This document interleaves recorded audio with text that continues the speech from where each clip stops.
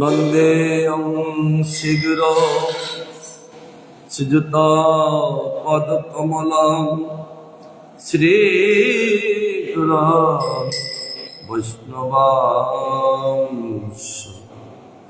শ্রীরূপং সাগ্রজাতং সহগণরঘুনাথানিবিতং সজীব সাদ্বৈতং সাবধূতং পরিজন সহিতং কৃষ্ণ চৈতন্যদেব শ্রী রাধা কৃষ্ণ পদান সহগণ ললিতা শ্রী বিশাখা নিমিত্তাংশ রাধেতি নাম নব সুন্দর মুগ্ধম কৃষ্ণেতি নাম মুদ্রাদ্ভুতগার দুগ্ধম সর্বস্বম সুরবিরাগ হিমেন রম্যং কীর্তা তদ পিবুমে রসনে ধত্তে সর্ব বেদান্ত সারান্নি ভগবত মিশ্যতে তৎ রসাম তৃপ্ত নান্যত সৎ ক্বচিৎ তদেব রম্যং রুচিরং নবং নবম তদেব শস্যন মনসমাসব তদেব সুকর্ম শোচনাঙ্গিন যদুত্তম শ্লোক যশয়ন গীয়তে নারায়ণ নমস্কৃত্য নরং চৈব নরোত্তম দেবীং সরস্বতীং ব্যাসং তত জয় মুদীরয়ে তমাদিদেবং করুণানিধনং তমাল বর্ণাং সহিত অবতরম অপার সংসার সমুদ্র সেতুং ভজামহে ভগবত স্বরূপম। যাই হোক, গুরু বৈষ্ণব ভগবান জয়যুক্ত হন, জয়যুক্ত হন শ্রীমদ্ ভাগবতম।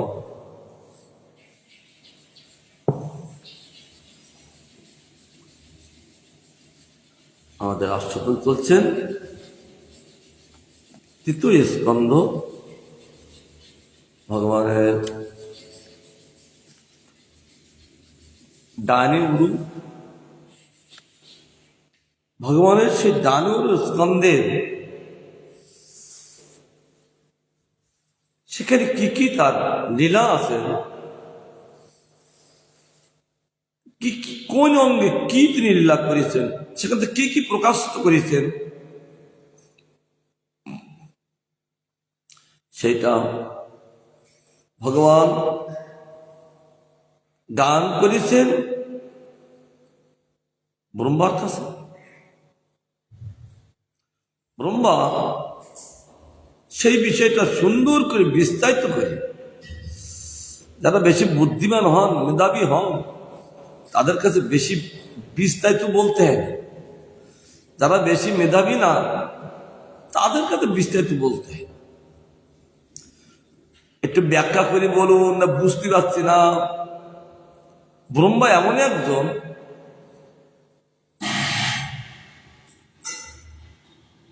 ভগবান শুধু 4টি শ্লোক দিয়ে বললেন,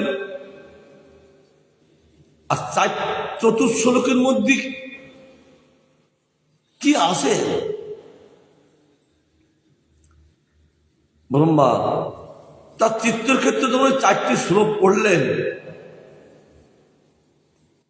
ভগবান ব্রহ্মা দেখছে, ওরে সর্বনাশ, একই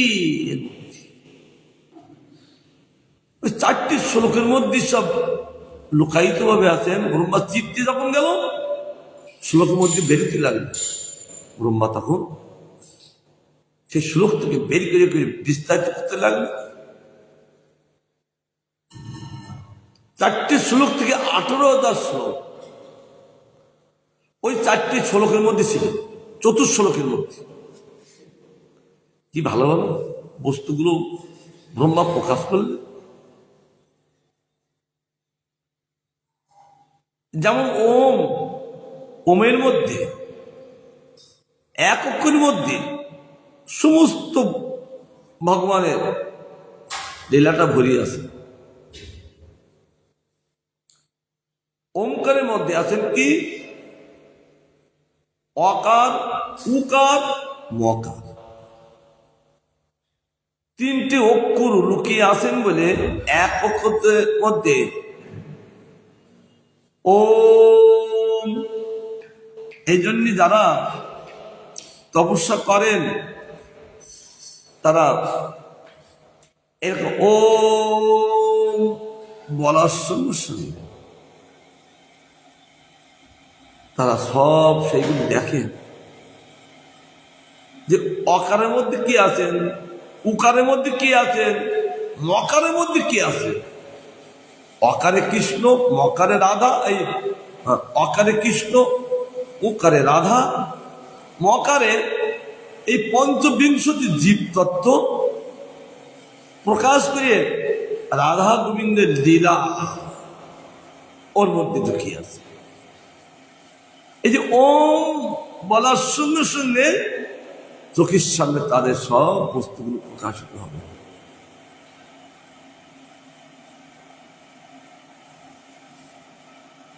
আবার পরবর্তীতে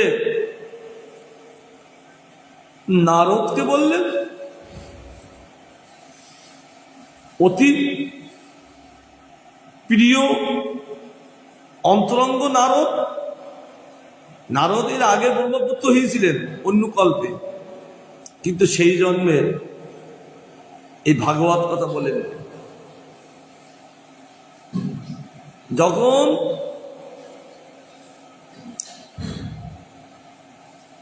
অভিশাপ হলেন,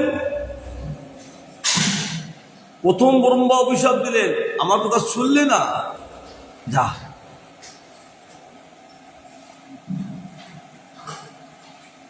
অভিশাপ। আবার তিনি ঘুরছেন ইন্দ্র সভায়, আবার তিনি কীর্তন করতে গেলেন, সেখানে আবার অভিশাপ।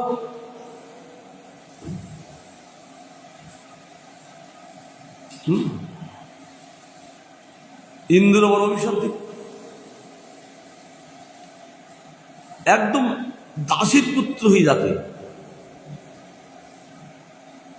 কি করবে, ভাদ্রের দাসীর পুত্র হলে।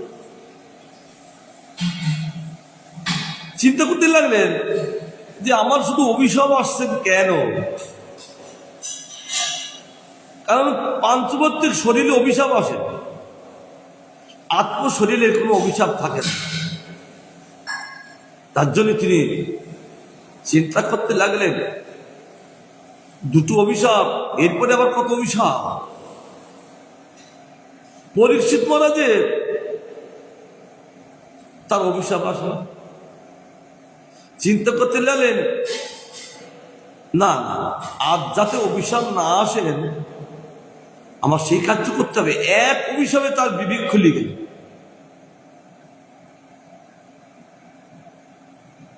ভগবান কখন, কিভাবে, কোথায়, কাকে করুণা করবে সব ভগবান জানেন। আর সেই রকম ভাবে ওই চিত্তে প্রেরণা করেন, তখন সেই ব্যক্তি বুঝতে পারেন, অন্য কেউ বুঝতে পারেন না। কিন্তু নারদের দুবার অভিশাপ, এবার তার বিবেক খুলে গেল, না দাসীপুত্র হলে, কিন্তু নারদকে অভিশাপ দিয়ে দাসীপুত্র করে রাখবেন না ভগবান। কিন্তু এদের অভিশাপটা যখন লেগে গেছে, তার থেকে উদ্ধার করতে হবে ভগবত ইচ্ছায়। ওই তাদের গিরিয়ে চতুর্শ নাদি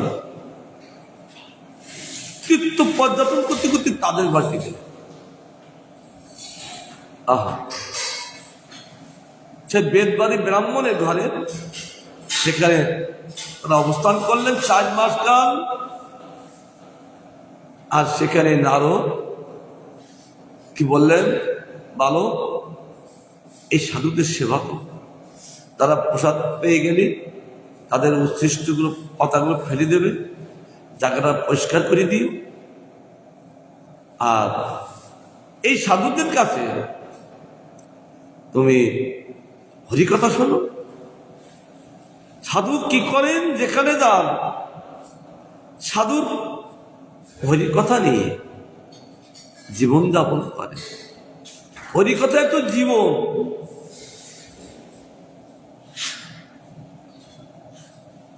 হরিকথায় জীবন সাধু। ওই হরিকথা জীবন করে তারা সব জায়গায় চলে, কারণ সাধু ভগবানকে নিয়ে চলে। তিনি যেখানে যান না কেন, তিনি কখনো একা একা যায় না, যেখানে যান ভগবানকে নিয়ে চলে। বলছেন গিরিরাজ মহত্বে এক ব্রাহ্মণ, তিনি এই বৃন্দাবনে এসে গিরিরাজকে দর্শন করে কৃষ্ণ কলেবর রূপে তিনি দর্শন করতে লাগলেন। আর তিনি একটি গিরিরাজ খণ্ড তিনি নিয়ে ঘরে দিয়ে পূজা করতে লাগলেন। কিন্তু পরীক্ষা, বিনা পরীক্ষা ছাড়া পরীক্ষায় পাশ করা যায় না। তার জন্য পরীক্ষা কি? তুমি যে আমাকে পূজা করছো, কিন্তু তোমার ক্ষতি হবে। কি ক্ষতি হবে ভগবান? আমার কি ক্ষতি হবে? আমার কি আছে যে আমার নষ্ট হয়ে যাবে, ক্ষতি হয়ে যাবে? কি তত্ত্বে ভগবত সেবা করলে তত্ত্বে প্রতিষ্ঠিত হয়ে যাবে। গঙ্গা শুনতে গান করছে, বলছেন আমার কি ক্ষতি হবে? ব্রাহ্মণ বলছেন যে আমার কি আছে, আমার কি ক্ষতি হবে? এই জগতে তো আপনার জগতে আমি আছি, আমার কি আছে? সবই তো আপনার, আমার কি ক্ষতি হবে? গিরিরাজ বলছেন যে তোমার কি, তার সে ব্রাহ্মণের স্ত্রী, ছেলে, মেয়ে, একটি গাভী, টোটাল কয়জন? আসল বলতে গাভীটা কিন্তু মরে যাবে। দাদা ওটা তো আপনি দিয়েছেন, গাভীটি আমার, আপনি আমাকে দান দিয়েছেন, আপনি যখন দিয়েছেন তাই তাকে পালন করতে হবে। আমি সেভাবে আপনার দেহবস্তু হিসেবে আমি পালন করলাম। তত্ত্বে প্রতিষ্ঠিত হইলে ভাষার অভাব হয় না, প্রেমের অভাব হয় না, ভাবের অভাব হয় না, আর গোবিন্দের দর্শনের অভাব হয় না। প্রেমের মধ্যে সব অবস্থান করে। সাধু তো প্রেমে অবস্থান করছে আর দেখতে লাগে। কেন? তিনি গিরিরাজ কৃষ্ণ কলেবর রূপে দেখছেন, তার সেবায় সার্থকতা, কোনো দুঃখ নাই। এজন্য ঠিক সে শ্রীবাস। পুত্র মরে গেল, কোনো দুঃখ নাই। একটা গাভীটা মারা গেল, দুঃখ নাই। বলে সাবধান হয়ে যা, আমার সেবা ছেড়ে দে। কিন্তু বলছেন না, আমি তোমার সেবা ছাড়বো না। জগতের সব নষ্ট হয়ে যাক যা, আমি তোমার সেবা ছাড়বো না। যে আমি নিত্যুর সেবক, সেবক কখনো প্রভুর সেবা কোনো ছাড়ে না। সেবক কখনো, এটা কথা কোন, সেবা কখনো নিজের পূর্বের সেবা ছাড়ে না। তোর ছেলেটা কিন্তু মারা যাবে, যা, মরে গেল, কোনো দুঃখ নাই।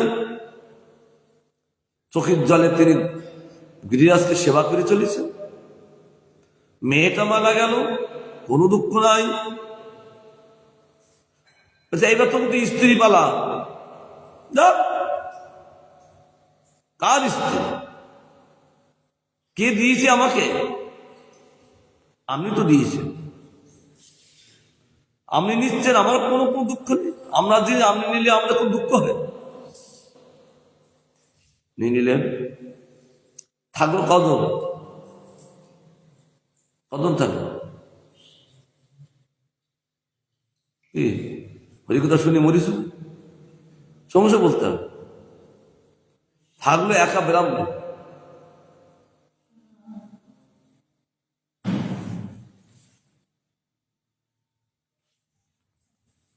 এবার ব্রাহ্মণকে বলছেন এবার তোমার পালা, কিন্তু তো হোক, আসুক না কেন আমার পালা, যতটুকু পালা আসে আসুক, কিন্তু আমার প্রতিজ্ঞা, যেমন আপনার প্রতিজ্ঞা আছে আমার প্রতিজ্ঞা আছে, ভক্ত প্রতিজ্ঞা করেন, ভগবানও প্রতিজ্ঞা করেন, তুমি যত আমার পরীক্ষা করো না কেন আমি তোমার সেবা ছাড়ব না।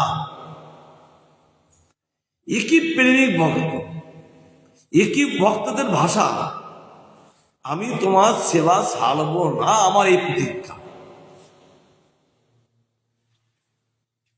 এসব ভক্তদের কথা শুনলে প্রেম তো অটোমেটিক হয়। তখন যখনই ভগবান বলছে তোমার পালা, দেখি আমার কি করি আমার পালা হন, তুমি তখন ভগবানকে মাথায় করে নিলেন, আর তাকে কি মৃত্যু দেবে? ভগবান কি মৃত্যু দেবেন তাকে? দেখতে দেখতে রথ চলে আসলেন, ওই রথে তাকে নিয়ে চলে যাচ্ছেন, আর দেখছেন আগে আগে আগে আগে দেখছেন,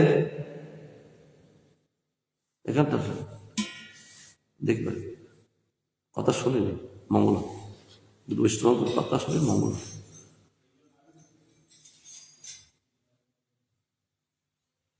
দেখছেন আগে একটা রথ যাচ্ছেন, সেই রথের মধ্যে তার গাবি আছে, ছেলে মেয়ে স্ত্রী যাচ্ছেন, আর পিছনে যাচ্ছে। কত রকম পরীক্ষা আসেন হরিবোধন করতে গেলে। জগতে যেমন পরীক্ষা আছেন, হরিবোধন করতে গেলে পরীক্ষা আসেন। প্রথম আসেন গুরুদেব থেকে পরীক্ষা আসেন, সমাজ সাধুর থেকে পরীক্ষা আসেন,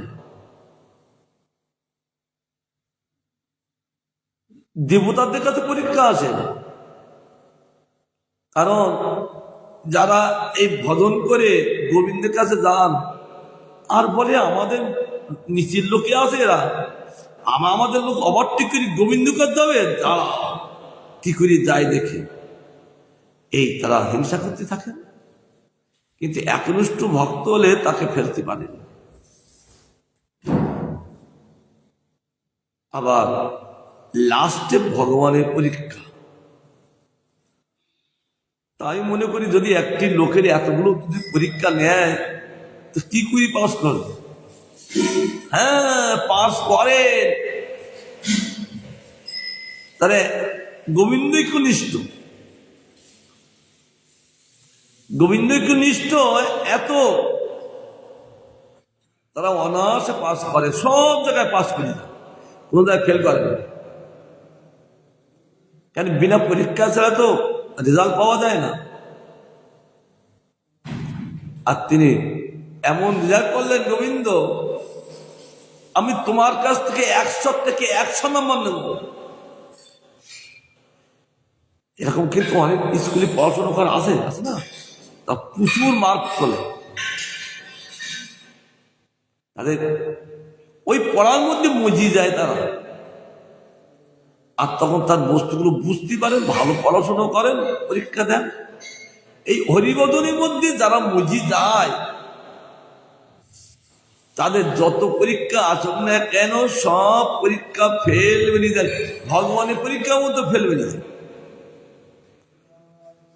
ভগবানের প্রতিজ্ঞা ফেল বেরিয়ে যান। ভীষ্মর কাছে ভগবানের প্রতিজ্ঞা ফেল করে দিলেন। এমন এমন ভক্ত আছে, সেই সময় ভগবত তনু যখন লাভ করলেন নারদ মুনি, তখনই ওই ব্রহ্মা তনু ভগবত তনু, না হলে ভাগবত কথা বলবেন কেন? আবার যিনি এখন বলছেন তিনি ভগবত তনু লাভ করেছেন ভক্তি তনু। ওই ভক্তি তনু লাভ করেছেন বলে ওই ব্রহ্মা তাকে এই ভাগবত কথা বললেন। ভাগবত কথা শুনতে গেলি ভাগবত তনু লাভ করতে হয়। তাহলে কি করি আমরা ভাগবত তনু লাভ করব? হ্যাঁ, যেদিন থেকে গুরু বদবত্ম আশ্রয় হলেন সেই দিন থেকে ভগবান অলৌকিতে অপ্রাকৃত দেহ করে দিলেন। শাস্ত্রে বলছেন চৈতন্য সেই দেহে করে তার চিদানন্দময়। অর্থাৎ ভাগবত হয়ে ভাগবতের কথা শুনতে হবে, বৈষ্ণব হয়ে বৈষ্ণব সেবা করতে হবে, সাধু হয়ে সাধু সেবা করতে হবে। আগে নিজে হতে হবে, তারপর করতে হবে। এই জন্য এখানে বলছেন মৈত্র ঋষি সেই ভাগবত কথা শুনতে গেলে কিভাবে শুনতে হয়, এই ভাগবত থেকে শিখতে হয়। সব বস্তুগুলো বিস্তারিত করে দিয়েছেন, শিখতে হয়। ভাগবত কথা কিভাবে শ্রবণ করতে হয় এই ভাগবত শিক্ষা দিয়েছে। ভাগবত কথা কি করে পরিবেশন করতে হয় তাও শিক্ষা দিয়েছে। এই শ্রীমদ্ ভাগবত এমন একটা জিনিস, কারণ এই শ্রীমদ্ ভাগবতের মধ্যে কি নাই, কারণ সর্ববেদান্ত সারাঙ্গে ভাগবত বিশ্বতে সব এর মধ্যে সব ভরা। কি করে আমরা সেটা আস্বাদন করব? এই সাধুমুখী এই কথাগুলো আমরা আস্বাদন করব। মৈত্রবাস সে মৈত্রবাস ইতিতে বর্ণিত ক্ষত্র কালাক্ষ পরমাত্ম মহিমা বেদ গর্ব অথ যথা সাক্ষী নিবধমে। সে মৈত্র কইলেন, হে বিদুর, আপনার নিকট পরমাত্মার কাল নামক প্রভাব এইটুকু বর্ণন করলাম আগে। এখন বেদগর্ভ ব্রহ্মা যে প্রকারের সৃষ্টি করিলেন তা শ্রবণ করুন। আগে কাল নামক যে প্রভাব, কালের যে কি প্রভাব ভগবান শঙ্করচূড় দ্বারা বিস্তারিত করেছিলেন সেইটা তোমার কাছে বলেছি। এখন ব্রহ্মার থেকে কি করে সৃষ্টি, ব্রহ্মা কি করে সৃষ্টি করলেন তুমি তারা শ্রবণ করো। আমি বলছি, সসজ্জাগ্রে অন্ধ তামিশ্রমত তামিশ্রমাদিকে মহামোহঞ্চ মোহঞ্চ তমস্যাজ্ঞান বিদ্যয়। আদিকর্তা, তিনি আদিকর্তা কে? ব্রহ্মা। নিজ সৃষ্টির প্রথমে জীবগানের স্বরূপের প্রকাশক তম। তম শব্দ অন্ধকার, তম শব্দ ভুলিয়ে দেওয়া, তম শব্দে না দেখতে দেওয়া। প্রকাশ করলেন অবিদ্যার 5টি পর্ব। তম, মোহ, মোহ ভুলে যাচ্ছে। 5টি পর্ব। প্রথম তম, ভক্তগণ ভগবানকে দেখছিলেন, সঙ্গে সঙ্গে একটা পর্দা দিয়ে দিলেন তম, আর দেখতে দিলেন। মোহ দিলেন, আর দেখতে পাচ্ছি না কেন? মোহ দিলেন। কি হইল? আমি তো দেখছিলাম আর দেখতে পাচ্ছি না কেন? সে দুঃখ করতে লাগলো। প্রথম তম দিল, অন্ধকার একটা পর্দা দিয়ে দিল, আমার মোহ, মোহ। তম দিলেন, মোহ দিলেন, মোহ দিলেন, আবার দিলেন তম মোহ মহ তামিত্র অন্য তামিত্র, 5টি, সামনে একটা পদ্মা দিলেন, পর্ব দিলেন। এবার মোহ দিলেন, সেই বস্তুর মধ্যে আসক্তি দিলেন। সেই বস্তু রক্ষা করার জন্য তিনি তার চেষ্টা করতে লাগলেন। আবার যখন সেই বস্তুগুলো তিনি রক্ষা করতে পারছেন না, তখন অন্য তামিত্ররা হায় হায় মরি গেলাম। যেমন পুত্রটা যখনই মরি যায়, তখন সেই পিতামাতা বলে হায় আমি মরিয়ে গেছি। ভাগবত গান করছে। তার জন্য ব্রহ্মা প্রথম দেহাদিকে অহং বুদ্ধি বা মোহ, ভোগেচ্ছা কামিচ্ছ ও ভোগেচ্ছার বাধা হইলে ক্রোধ সঞ্চার অন্তঃকরণ কি এখানে সেটা দিয়েছেন। তো ধর্ম অন্যতামিচ্ছ এবং ভোগ্য বস্তু নাচে আমার মৃত্যু ঘটিল, এই বুদ্ধি এই সকল এবং অন্য অজ্ঞান বৃত্তি সৃষ্টি করে। প্রথম বলছেন বিদু, প্রথম ব্রহ্মা সৃষ্টি করলেন তম শুধু অপ্রকাশ, প্রকাশ হচ্ছে না। আবার কি করলেন, দেহাদি অহং বুদ্ধি,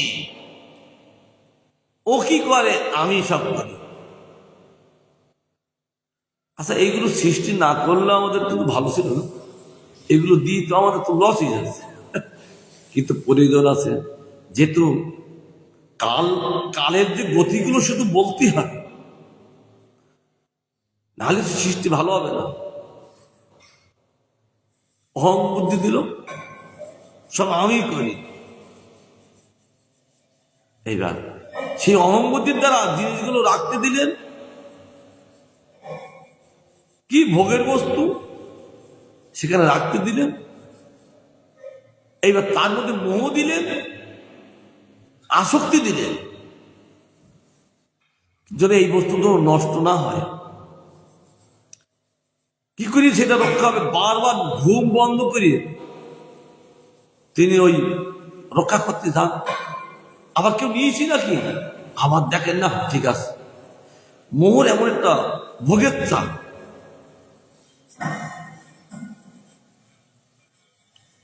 তামিত্র, আবার সেটা রক্ষা করতে লাগলেন।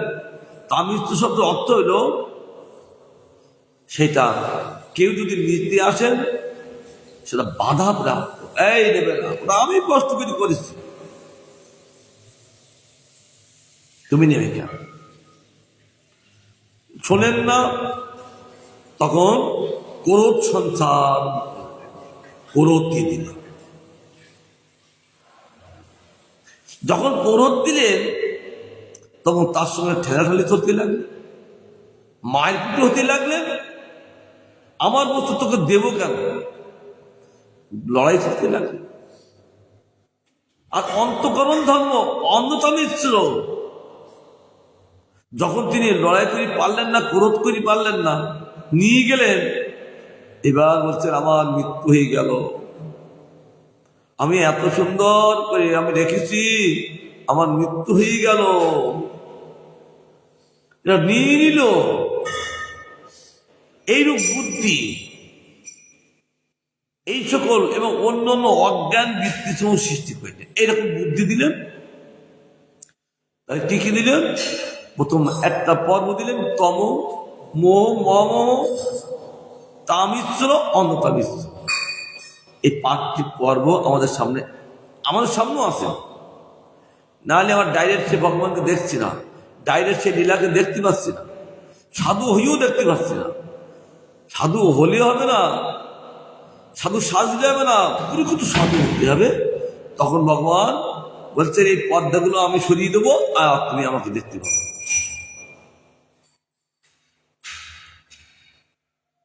দৃষ্টা পাপয়সিং সৃষ্টিং নাত্মানং বহুমন্নত ভগবত ধ্যান পুতেন মনসাংস্তত অসৃজ। কিন্তু এই সৃষ্টিকে পাপগুলো দর্শন করিয়া ব্রহ্মা নিজেকে বহুমানও করতে পারিলেন না। না, এগুলো তো পাপ। এই সৃষ্টি তো ঠিক ভালো সৃষ্টি হচ্ছে না, কারণ ব্রহ্মের মধ্যে বিবেক শক্তি আছে। বিবেক শক্তি না হারিয়ে সৃষ্টি করতে পারেন না। আর সে বিবেক শক্তিটা ভগবান দান করেছেন, যার জন্য তিনি পাপমূল সৃষ্টি যে সঙ্গে সঙ্গে বুঝে নিলেন না না না না, এটা তো পাপমোহ না, তো এই তো সৃষ্টি ভালো হলো না তো। দেখেন, সে তার সে সৃষ্টিকে অনেক আমি এই সৃষ্টি করি, আমি এই করেছি, আমি এই করেছি, তিনি বহুমানন করেন, কিন্তু এটা তিনি বহুমানন করলেন না। অনন্ত ভগবানের ধ্যান দ্বারা নির্মালন্তকরণ হইয়া ব্রহ্মা অন্য অন্য সৃষ্টি করিলেন। বলে ভগবান আমার সৃষ্টিকর্তা বলেছেন, সৃষ্টি করা বলেছেন, কিন্তু সৃষ্টি হবেন কি করে? আমি তো এই যে সৃষ্টি করছি এগুলো সব পাপময় সৃষ্টি, তো কিন্তু ভালো বস্তু সৃষ্টি হবেন কি করে? ভগবান বলছেন, ব্রহ্মণ আমি তোমাকে বলেছি বলে তুমি সৃষ্টি করতে পারো না। ওই সৃষ্টির ফর্মুলা আমার কাছে। তুমি যে সৃষ্টি করবে, তুমি সৃষ্টি করতে অধিকার তোমার দিয়েছি, পারো করতে, কিন্তু যা করবে বেকার হবে, ভালো একটা হবে। কারণ সৃষ্টির ফর্মুলা আমার হাতে রেখেছি। আমি তোমার যদি দেই তবে তুমি ভালো সৃষ্টি করতে পারবে। এখন তিনি বলছেন ভগবানের ধ্যান যখন করতে লাগে, নির্মল অন্তর্গত চিত্তরা শান্ত হয়ে গেলেন। আর যখন চিত্ত শান্ত হয়ে গেলেন, তখনই ভগবান আবার তাকে সেই ফর্মুলাটা দিলেন। তিনি আবার সৃষ্টি করলেন কি? প্রথম শ্রেণীর সৃষ্টি সনকঞ্চ সনন্দঞ্চ সনাতন মতাত্মমু সনৎকুমাঞ্চ মণি নিষ্কারেয়ান উদ্ধরে উদ্ধরে। প্রথম ভগবান থেকে ভগবান যখন ফর্মুলা দিলেন, তখন চারজন দন্তস্যা আছেন বলে তাদের সন দিয়েছেন চতুর্সন। আর প্রত্যেক অক্ষর মধ্যে আছেন কি? সনক, সনন্দ, সনাতন, সনত কুমার। প্রত্যেকটা স আছে বলে চতুর্সন নাম। আবার একই রকম দেখতে, যেহেতু ভগবানের ধ্যানের দ্বারা সৃষ্টি হচ্ছেন, তো এই যে প্রথম সৃষ্টিটা করলেন ভগবানের ধ্যান যোগের দ্বারা, তাদের দেখে ব্রহ্মা বলছেন, বাহ, এইবেলা আমার একটা সৃষ্টি হয়েছে, অপূর্ব সৃষ্টি। কারণ ভালো রান্না করতে পারলে, ভালো কিছু করতে পারলে, আর ভালো সৃষ্টি করতে পারলে, ভালো সবজি উৎপাদন করতে পারলে তার আনন্দ হয় না? অবশ্যই আনন্দ হয়। এখন এই সৃষ্টিটা এত ভালো হয়েছে, চারটি সন্তানকে দেখলে সামনে একই রকম দেখতে। ব্রহ্মা তো অবাক। তিনি নামকরণ কি করছেন যে অনন্ত আত্মভূ ব্রহ্মা নিষ্ক্রিয় স্খলিত বীর্য, যে বীর্য সহজে স্খলিত হয় না, তার থেকে তিনি প্রকাশ করলেন সনক, সনন্দ, সনাতন, সনত কুমার। সনত কুমার হল সকলের ছোট। এই চারিজন মণিকে প্রকাশ করলেন। এদের মণি কেন বলেন? তবে ভগবান এদের মনে ভগবানের চিন্তায় বিভোর থাকে। মনন শব্দের অর্থ ভগবানের চিন্তায় বিভোর। 24 ঘন্টায় তাদের মন কখনো বাইরের দিক চলে না। ভগবান চিন্তা ছাড়া আর ওই মন অন্য কোনো চিন্তা করে না। এই যে তাকে মনি বলে, তারা প্রকট হলেন। তারা প্রকটে গিয়ে তিনি কি করবেন? ব্রহ্মার সংসার করতে বলবেন। এইটা প্রিয়ব্রতকে বলেছিলেন মনু মহারাজ, যে খোকা, সকলে তো সংসার হলো, সকলের, তোমার তো হলো না। তুমি সংসার করো। প্রত্যাখ্যান করলেন, না না না, এইটা বিশ্বরূপকে বলেছিলেন কে? জগন্নাথ মিশ্র। বিবাহের জন্য মেয়েও দেখেছিলেন। বলছেন যে পিতামাতা সন্তানকে সংসারের ডুবায়, সংসার সমুদ্রে ফেলি দেয়, বলছে এরা পিতামাতা না। এ কি ভাষা! তাহলে এখনকার যে পিতামাতা তারা তার বিবাহ দেওয়ার জন্য ব্যস্ত হয়, নামমাত্র পিতামাতা, তাদের প্রকৃত জ্ঞান নাই। যে পিতামাতা সন্তানের বিবাহ জন্য তাকে সেই ব্যবস্থা করেন, বিশ্বরূপ বলছেন না না, এ কি করে পিতামাতা হবে? আমি তত্ত্ব জেনেছি অদ্বৈত পূর্ণ কাছে, জগৎ বুঝতে শিখেছি। আর যারা বোঝেন তারা ভুল করে, ভুল করে কি? কখনো ভুল করে? যারা বোঝেন কখনো ভুল করে না, যারা বোঝেন তারা না বোঝেন তারা ভুল করে।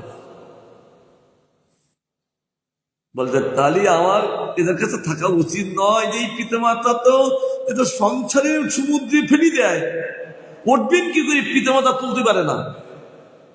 কি তত্ত্ব জ্ঞান ভাগবতের মধ্যে! তারা সংসার সমুদ্রে ফেলি দেন, পিতামাতা তুলতে পারে না, কারণ পিতামাতা তো ডুবি গেছে। তা বলছে যদি ডুব দেয় একসঙ্গে ডুবি, যদি মরতে হয় একসঙ্গে মরি, এই ধান্দা। কিন্তু বিশ্বরূপ তিনি বুঝতে পেরেন, না না, এদেরকে থাকা যাবে না। তিনি চলে গেলেন। এখন ব্রহ্মা এই চতুর্শনকে বিবাহ করতে বলবেন, এই পরে বলবেন, বলছেন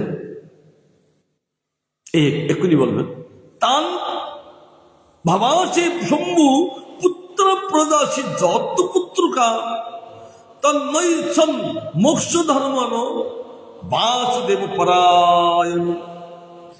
ব্রহ্মা তাদেরকে বলিলেন, হে পুত্রগণ, হে পুত্রগণ, 1 বছর না বহু বছর?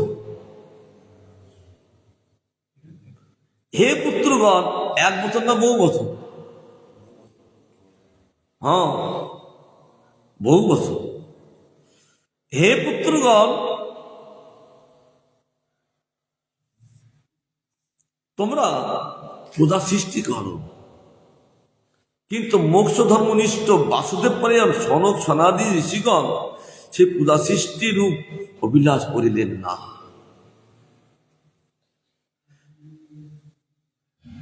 তারা চিন্তা করলেন এই পূজা সৃষ্টিগুলি সংসার করতে হয়, সংসার না করলে পূজা সৃষ্টি হয় না। কিন্তু বাসুদেব পরায়ণ, তারা বাসুদেব ছাড়া জানে না। তারা জেনে নিলেন যে এই চতুর্শন, তারা জানলেন যে সৃষ্টি তো ভগবান করে।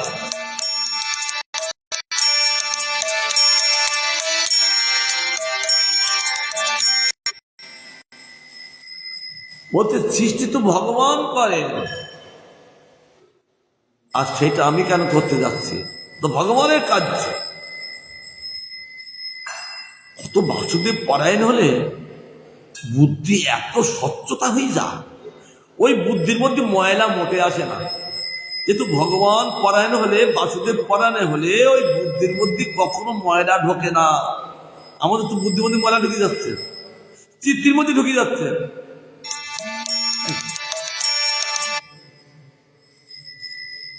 চিত্তের মধ্যে ময়লা ঢুকে যাচ্ছে, কি করে ঢুকছে?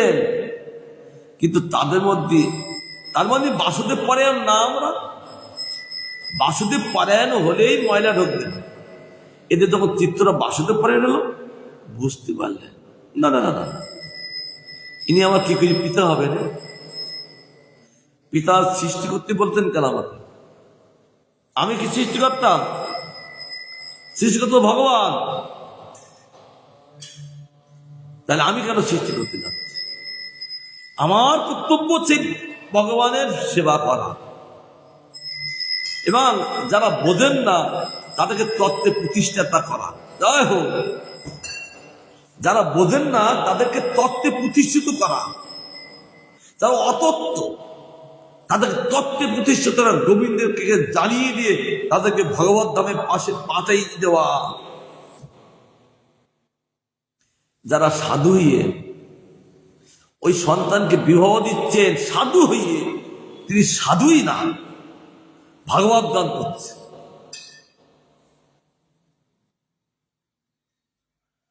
প্রিয়ব্রত মহারাজ তিনি বাবার কথা শুনেননি, কিন্তু দাদুর কথা শুনতে বাধ্য হইল, উপায় ছিল না, হয়তো ভগবান ইচ্ছায়। কিন্তু চতুর্শন ওই বাবার কথা শুনলেন না। যে বাবা সংসার করতে পারলে সেই বাবা, যে বাবা সংসার করতে বলে না সেই বাবা, যে বাবা গোবিন্দের ভজন করতে পারেন সেই বাবা। 11 বছরের ছেলে আমাদের বহুপাত কালকে তিথি আসছেন, ছোটবেলার থেকে বাবা তাকে তত্ত্বজ্ঞানে প্রতিষ্ঠিত করছেন। কে? বাবার নাম কি? কেদারনাথ, আগের নাম। এই হলো বাবা, কারণ তিনি প্রকৃত বাবা ভক্তিবন্ত, তাকে তত্ত্বে প্রতিষ্ঠিত করেন। ছোট বালকরা ভুল করে না। বাবার ঠাকুর সেবার জন্য নিয়ে এসছেন আম, কিন্তু বললেন বিমলা প্রসাদ। মার নামের নাম ছিলেন, মামের নাম বিমলা দেবী, না ওই দেবীর নাম বিমলা দেবী। দেবীর কৃপায় এই সন্তান পেয়েছি, তা দুর্গা দেবী। দুর্গা দেবী তখন বিমলা দেবী নামে অবস্থান করছে পুরীতে। আর জগন্নাথের প্রসাদ আপামনকে বিলাতে লাগলেন। আর মার নাম তো ভগবতী। আর ওই বিমলা প্রসাদের কৃপায় পেয়েছে বলেন তার নাম রাখলেন কি? বিমলা প্রসাদ। অর্থাৎ দেবীর কৃপায় সন্তানটা পেয়েছি, দেবীর কৃপায় যত সন্তানটা পেয়েছি। কি সন্তান? জগন্নাথ নিজে জানিয়ে দিলেন। হ্যাঁ, জগন্নাথ নিজেই জানিয়ে দিলেন। কি? রথযাত্রা কালে এসে গেলেন জগন্নাথ ওই নারায়ণ ছাতা নামেও ওই ধর্মশালার সামনে দাঁড়িয়ে গেলেন। এখন যেটা আমাদের মঠ করেছেন কে? ভক্তি দ্বৈত মাধব মহারাজ, ওই জায়গাটা ওনারা মঠ করেছেন, বহুবাদের জন্মস্থান ওখানে।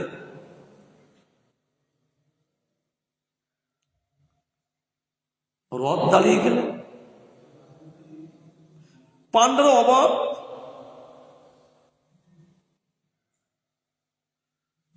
জগন্নাথ নিজেই বহুবাদকে প্রকাশ করছেন। ওরে সর্বনাশ! জগতের মুখে জানাচ্ছেন জগন্নাথ দেব ভগবান, কারণ ভক্তকে প্রকাশ করেন ভগবান, আবার ভগবানকে প্রকাশ করেন ভক্ত। যুগপৎ ওই ভগবতী দেবী যতক্ষণ পর্যন্ত বালকটাকে ওই জগন্নাথ সাথে আনেননি ততক্ষণ পর্যন্ত রথ চলেননি। যখনই বালকটা মা কোলে করে নিয়ে এসে যখন জগন্নাথের কাছে আসলেন, তখন জগন্নাথের গলার মালা জগন্নাথ নিজেই তাকে পরিয়ে দিয়ে বলিলেন, দেখো এটা মহান বালক, জগতে তিনি বিশ্ব প্রচারক ভাবে। জগন্নাথ বলি দিলেন। ও ভাষা কি! জগন্নাথ তিনি বলে দিচ্ছেন প্রমায় তনু।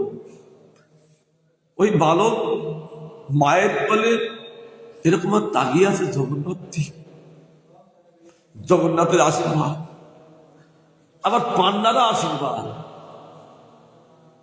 কি সম্ভব! এই তত্ত্ব ভগবত পরায়ণ,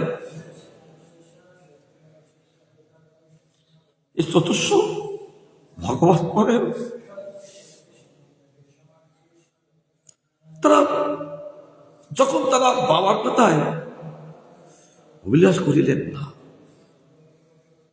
ভগবান থেকে আশীর্বাদ লাভ করলেন। হ্যাঁ, যারা আমার এক প্রাণ, ভগবত পরায়ণ শব্দের অর্থ হলো এক প্রাণ। এই চতুর্শন ভগবানের পরায়ণ হয়ে গেলেন, ভগবানের সঙ্গে এক প্রাণ হয়ে গেলেন, ভগবান আশীর্বাদ করলেন। হ্যাঁ, এরা প্রকৃত সন্তান, এরা সত্যি জগতে মঙ্গল লাভ করবে। করেছেন তাই যত প্রকার যত জায়গায় অসুবিধা তারা সমাধান করে দেয় ভাগবত কথা বলে। যেহেতু এরা চারজন মহাভাগবত, ভাগবত লাভ করেছেন ব্রহ্মার থেকে, তাতে ব্রহ্মার কথা তিনি শুনলেন না, তিনি বাবার কথা শুনছেন না, ভগবানের কথা শোনেন।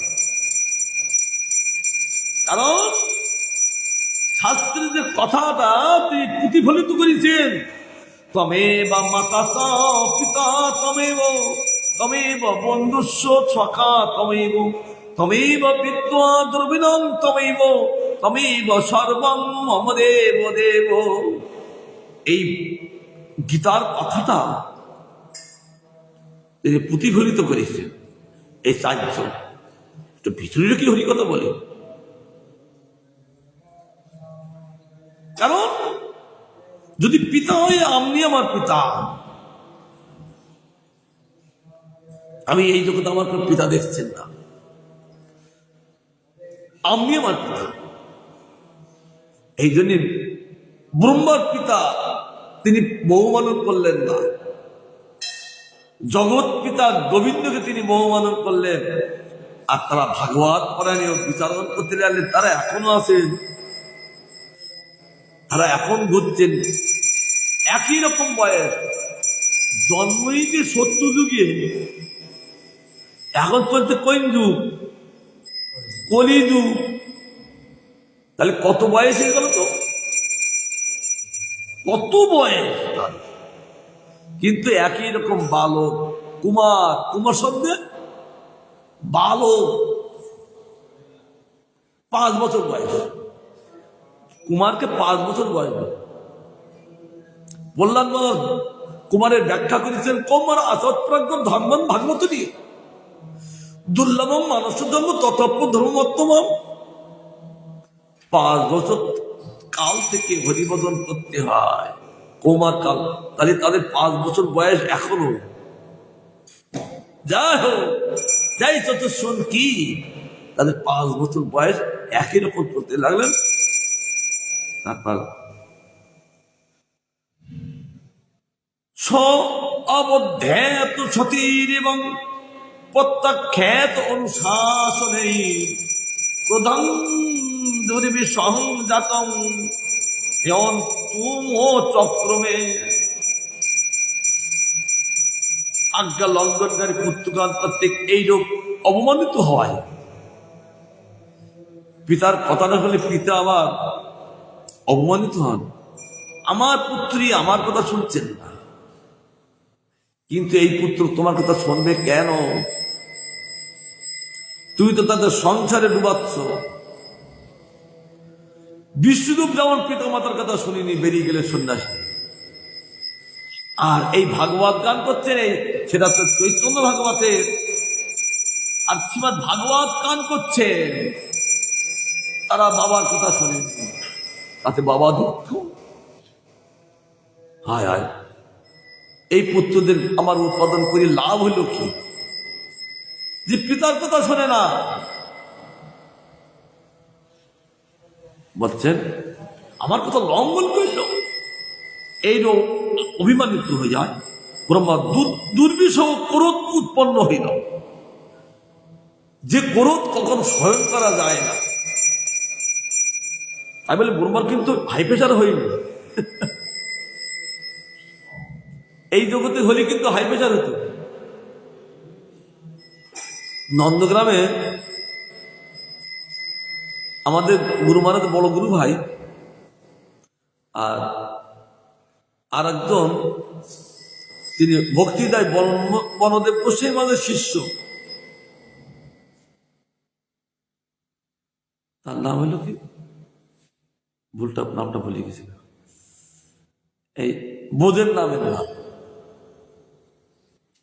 নামটা ভুলে গেছে, চিনতাম, দেখেছি। দুইজনে ঝগড়া করেছে। আর বড় হলেন, হ্যাঁ বড় হলেন কে, আমাদের সনাতন বাবা গুরু মহারাজের বড় গুরু ভাই, ও বসুবাসী প্রভু। হ্যাঁ, বনমা তখন নাম দিয়েছেন বধুবাসী প্রভু, ওই নন্দগ্রামে থাকতেন, আমরা দেখেছি, গেছি তো। দুইজনে ঝগড়া করেছে, কিন্তু তিনি ওই একটা লাঠি নিয়ে তিনি সনাতন বাবাকে মারতে যাবেন, মারতে উঠেছেন, ক্রোধ চরম ক্রোধ, আর তখন মারতে গেছেন, হাত আর নামে না। এবার সঙ্গে সঙ্গে তারা মাটিতে পড়ে গেলেন, রামকৃষ্ণের মিশারি নিয়ে আসলেন, নিতাই গৌর হরিবল হরি গেলেন, শাসককে দেখা। কারণ তাই বলি এই চারটি পুত্র যে ব্রহ্মার কথা শুনলেন না, ব্রহ্ম কিন্তু হাই প্রেশার হয়নি, ক্রোধটা ভালো হয়েছে। বলছেন ক্রোধটা এমনই যে দুর্বিষহ ক্রোধ উৎপন্ন হইল, যে ক্রোধ চক্র আর শয়ন করতে পারছেন না, দুর্বিষহ শব্দের অর্থ ক্রোধ আর সম্বরণ হয় না, এত ক্রোধ উঠে গেলেন। তারপর কি করলেন, ব্রহ্মা সেই ক্রোধ মনোমধ্যে সম্বরণ করতে চেষ্টা করিলেন,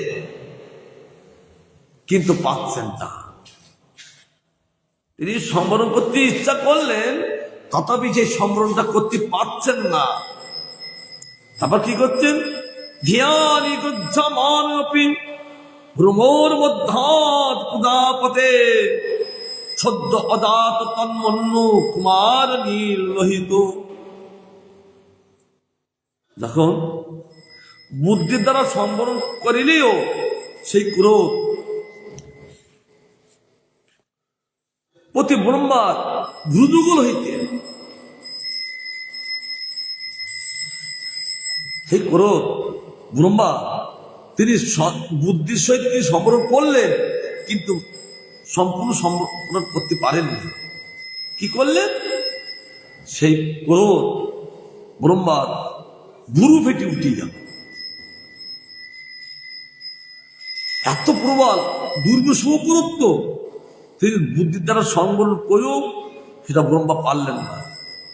আচ্ছা, ব্রহ্মা যদি না পারে তা আমাদের পদ্ধতি কি করে পাবে, যে ক্রোধ যাদের হয় তাকে সম্বরণ করা যায় না, একটা কিছু ক্ষতি হয়, কিন্তু সৃষ্টিকর্তা তো ভগবানের আশীর্বাদ আছে, তার জন্য তার দেহ থেকে যা কিছু হচ্ছে সৃষ্টি হচ্ছে।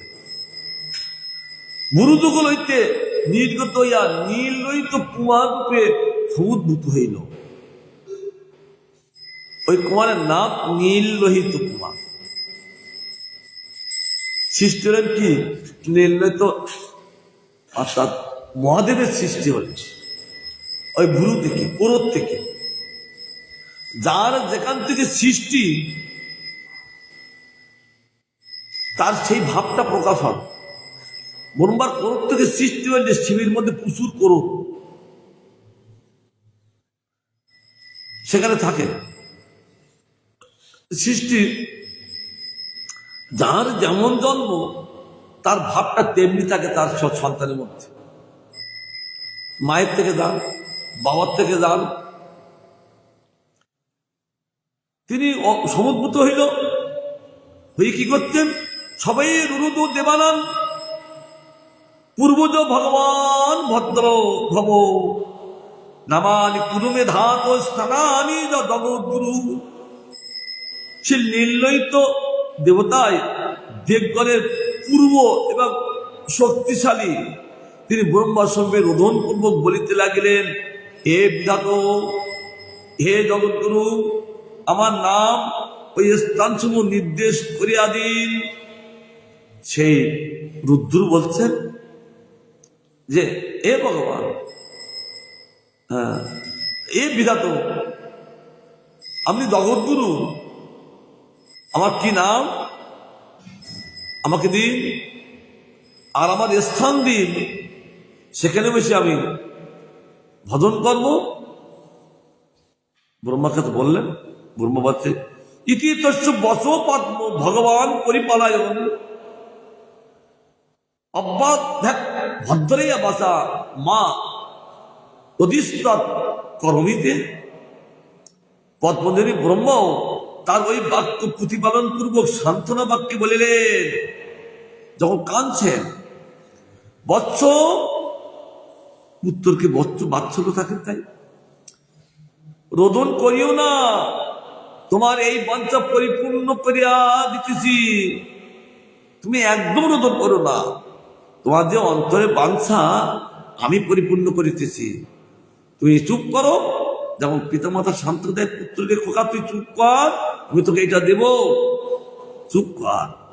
ঠিক সেরকম ভাবে তিনি রোধ করতে লাগলেন, পিতাকে বললেন, পিতা তখন সান্ত্বনা দিচ্ছেন, যত নদী সুচেষ্ট সদ্বেগ ইহ বালক অতস্তাম অবিধাস্যন্তি নামনা রুদ্র ইতি প্রদান। ব্রহ্মা বলছেন, হে সুরশ্রেষ্ঠ, অর্থাৎ সুরসদ দেবতা, দেবতার মধ্যে শ্রেষ্ঠ হল রুদ্র, এই জন্য অগ্রপূজ্য বৈষ্ণব আমার। ৩৩ কোটি দেবতার মধ্যে তিনি শ্রেষ্ঠ দেবতা। এই রুদ্র, এই জন্য তিনি সম্বোধন করে বলছেন, হে সুরশ্রেষ্ঠ, সুরদের মধ্যে তুই শ্রেষ্ঠ, যেহেতু তুমি বালকের ন্যায় উৎকণ্ঠ তুই আর রোধন করিলে, এই করে প্রজাসম তোমাকে বলবে, রুদ্র নামে আহ্বান করিবে, রুদ্র আসো। তাহলে রুদ্রটার কোথার থেকে নাম করলেন? ব্রহ্মা নামকরণ করলেন।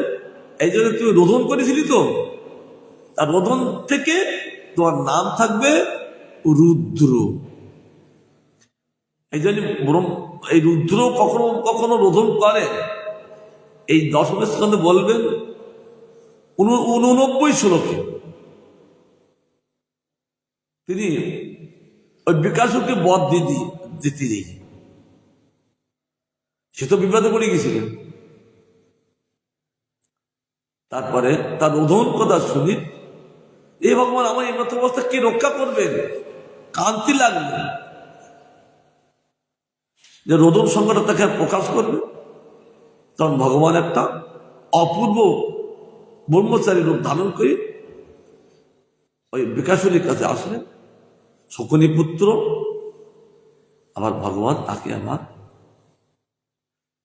বুঝিয়ে কি বলেছিলেন, আমি যার মস্তকে হাত দেব সে ভস্মসূত হবে। এখন পরীক্ষাটা করবেন যে বধ দিয়েছে তাকে পরীক্ষা করবে, অর্থাৎ ওই ইন্দ্রকে মারবে, ভস্মসাৎ করে দেবে। এবার পার্বতীকে ভোগ করবো, অন্তরে দুর্বুদ্ধি। ভগবান বলছে দাঁড়া। তখন তিনি এমন করেছি তার সঙ্গে বাক্যলাপ করতে লাগলেন, তাতে মোহিত গেলেন। কি বলছেন? শকুনি পুত্র, আজ তুমি এরকম সুস্থ কেন? এই ঘটনা,